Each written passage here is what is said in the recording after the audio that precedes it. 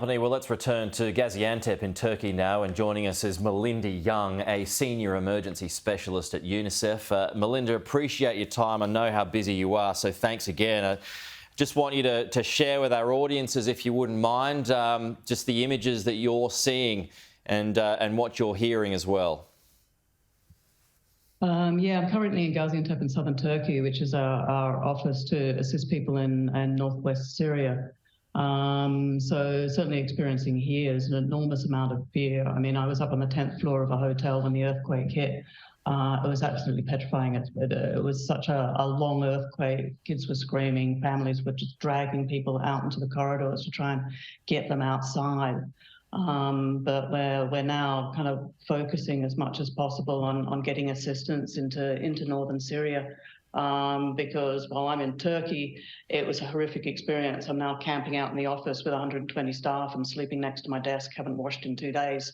But for kids in Syria, absolutely horrendous conditions. A lot of houses and schools destroyed, damaged, water knocked out, as well as the psychological trauma of children who have already been under 10 years of conflict, as well as then to go through this, which just seeing on the faces of people here and experience, we're just still quite like hypervigilant, keyed up and very scared ourselves. And we haven't been through that last 10 years of trauma as well. Yeah. So shocking experience. Yeah, Melinda, I mean, I understand that you spent some time in Sydney and now you're there doing fantastic work. I mean, I'm sure you haven't had any sleep. How are you holding up? Yeah, it's been 2 days, so apologies for my lack of coherence. We've been like flushing toilets with snow because we've been running out of water. Yeah, it's a difficult year, but again, it's just then kind of the empathy and extrapolating that across to Syria, which is just so much worse. It's so much more difficult to access, as well as already dealing with multiple crises, to have an earthquake on top of that. So we're just focusing on getting assistance in there, water purification, fixing water systems, checking on schools, getting toilets into schools, nutrition items for children and pregnant women, etc. What sort of a humanitarian crisis do you expect this will lead to?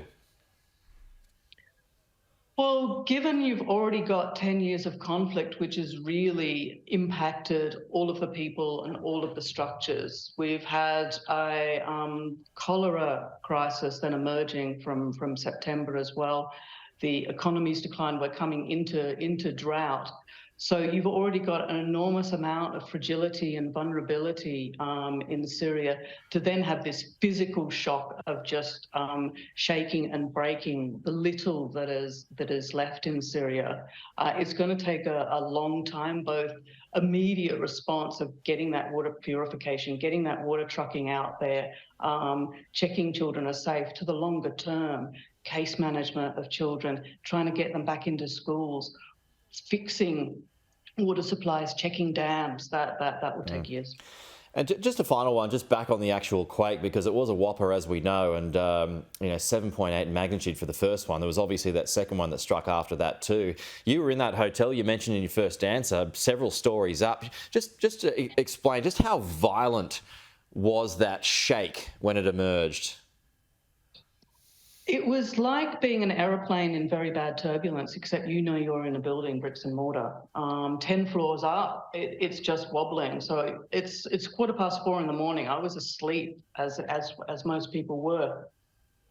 I just couldn't stand up. I was just focusing, get pants on, get shirt on, get passport, get wallet, get out the door. I ripped the whole side of the door off just trying to get out. I'm not usually that strong.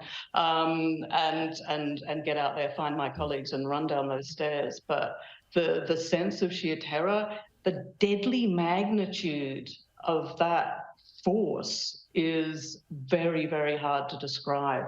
And so I'm not doing a very good job now, but you still feel that fear. I've been a conflict specialist for the last 20 years, but going through that natural phenomenon was petrifying. I can understand, given how coherent you are. You've had no sleep and you're more coherent than I am, Melinda. So I really appreciate your time.